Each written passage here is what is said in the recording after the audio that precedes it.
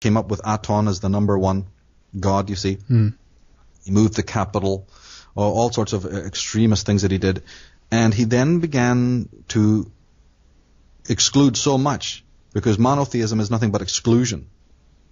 It's excluding other gods. It's not saying there is only one God. That's what Christians think, you're saying. But no, Christians have to understand that monotheism is merely the exclusion of all other gods. But you're still accepting that those other gods exist. Which is my point to Christians, is why don't you study it? Why don't you study these things? No, I'm not telling you to give up your Christianity or your monotheism, but why don't you just accept that there were other religions that are very interesting and that may have a tremendous meaning for your own beliefs and your religion. Stop thinking of it all as evil. Right. But to get back to your question, the reason why Akhenaten would have wanted to do this, what his real motive was, I believe, was insanity. Because the more that I've studied it, and of course, remember, I do have, the work of Sigmund Freud in front of me and stuff like that, so maybe I am partial or whatever. Right. But I am one of the few authors, you see, who doesn't lionize Akhenaten.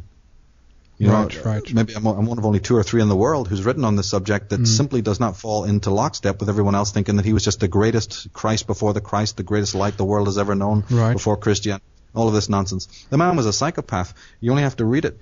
And by the way, this is corroborated by modern day reports from psychologists of people who would act in that way. People who would only worship the light, who don't recognize the darkness, who recognize shadow, who basically, are pathologically afraid of that. That's well known to psychologists today to be a form of pathology in which the person is so divorced, you see, from their own unconscious mind, from their own inner drives and so on, that they basically live in a super lit fluorescent, Margaret Thatcher is a perfect example. The woman only slept, by her own admission, like 2 to 3 or 4 hours a night. She never slept ever more than 4 hours a night. And by the way, she always slept with the light on. Really? Yep. That's just one example. Yeah. There's many other corporate jacks who operate in this way. So it's a well-known thing. So we're dealing with a psychopath, but unfortunately he had a crown on his head, just like the psychopaths today have a crown on their head, or the ring of the fisherman on their little pinky or whatever.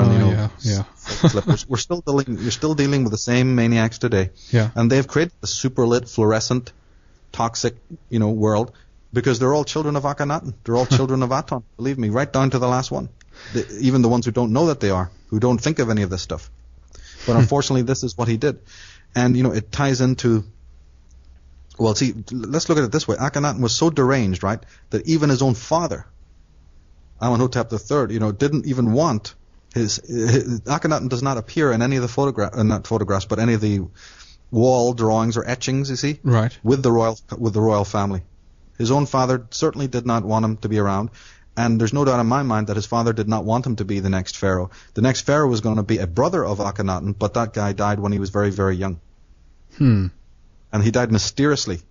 So we could have some intrigue there. We're not sure of that, because there's no evidence for any foul play. But the fact of the matter is that the younger brother, whose name was Thothmosis also, he died, and it left the way open for the Akhenaten to be made into the pharaoh.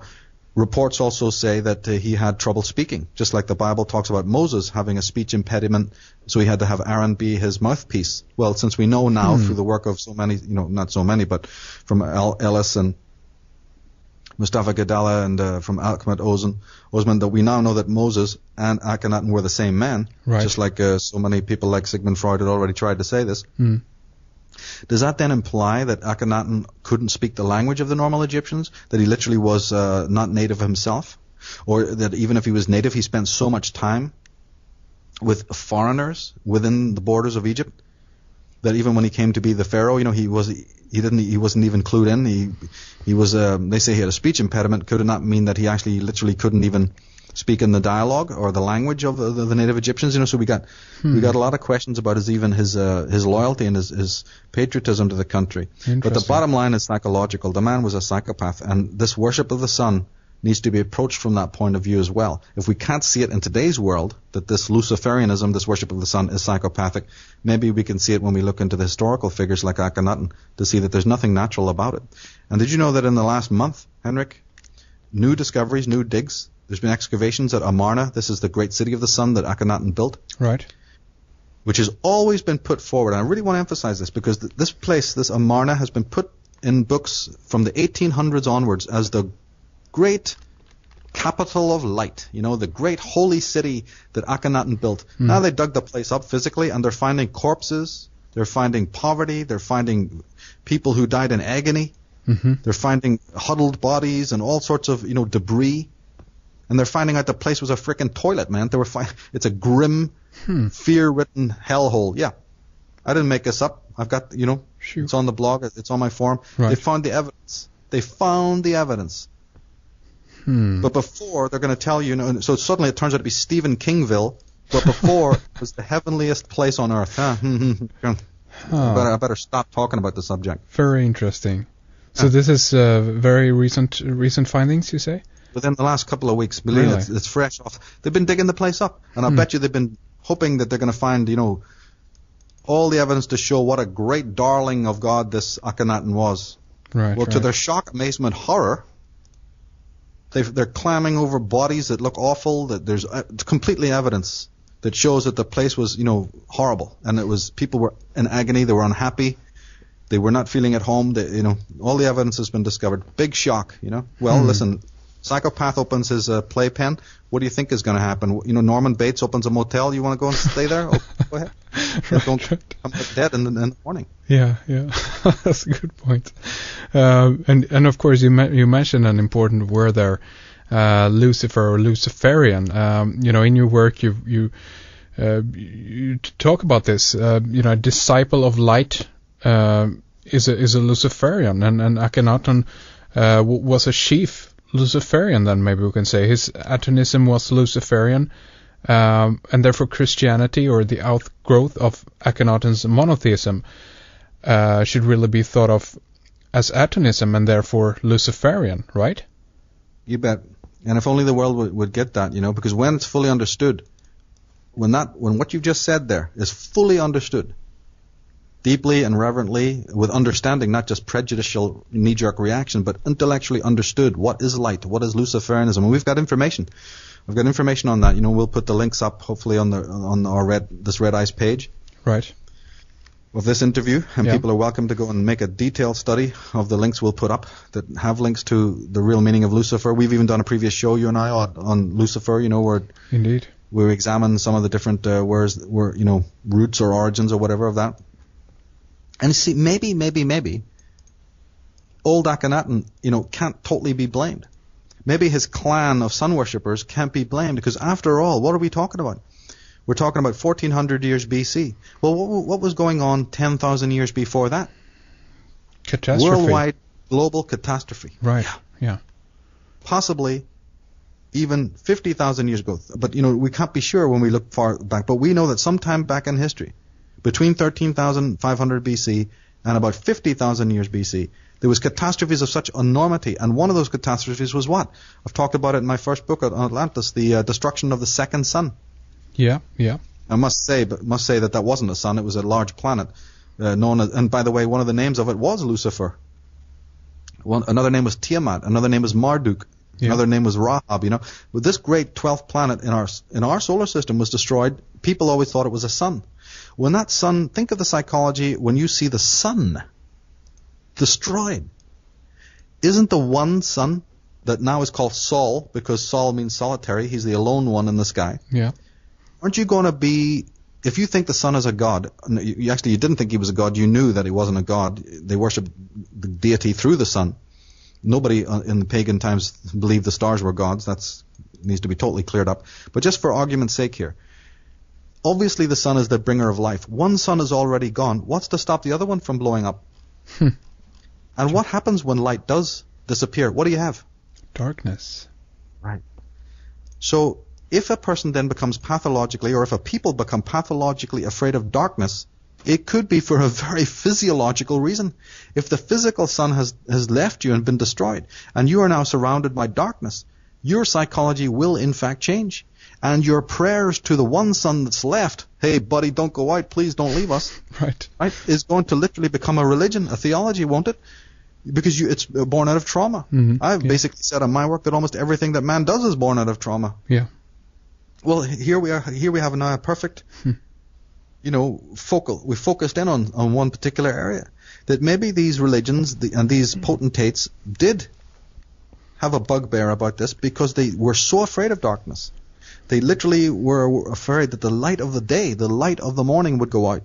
And so that every time it arose on the eastern horizon was a day for jumping out of bed and just going out there and celebrating, and praying to the sun and bowing down and all the rest of it. Well, I mean, I just want to interject there. We can even, I guess, squeeze in here the if we look at some of the South American cultures like the Maya, Aztecs, so forth.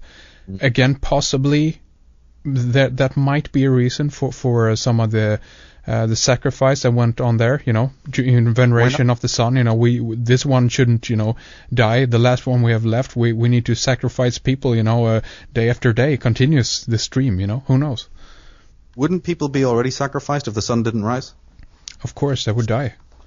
Everything would die within a very short period of time, and these ancients knew that. And since one sun had it literally exploded in the sky, and all sorts of trauma had come out of that. It doesn't really, I don't find it far-fetched at all to think that the adoration of the sun would replace a more balanced egalitarian worship of other planets, other stars, the normal astrotheologies of the normal priest cults that used to exist, where every orb, every body in the sky was, given incredible kudos and incredible attention to detail. Right. But if some great tragedy had taken place, eventually the sun cults would have said, listen, the sun is more important. The sun is more important. And from that point, you see, things may have developed. I mean, again, I'm speculating, but when we're looking into the origins of the psychopathy now, we do have to look back to the fact of these catastrophes, and that maybe there was a sort of a warped method in the apparent madness, the solar fixation, what is called the solar fixation. And psychologists know, don't they, that in order to prevent yourself becoming sick, you make yourself sicker psychologically. That's what repression is. That's what a lot of these psychological problems arise from, is not trying to continually do things that make you sick. Most psychological problems come out of trying to make yourself well. Right. But in a wrong way. Interesting. So again, Akhenaten may have thought he was onto something here. Yeah. And had no time for all this other malarkey, with Osiris and vegetable cults and underworld cults and stuff like that. He was thinking, the sun is what it's all about. And, that's a very, very powerful, you can turn that into some real powerful theology if you know how to do it right. But coming back to your main point, absolutely. Luciferianism, what Christians know as Luciferianism, they have to realize that their own religion has been created by Luciferians. Absolutely. Yeah, it's definitely worth thinking about that one, because again, I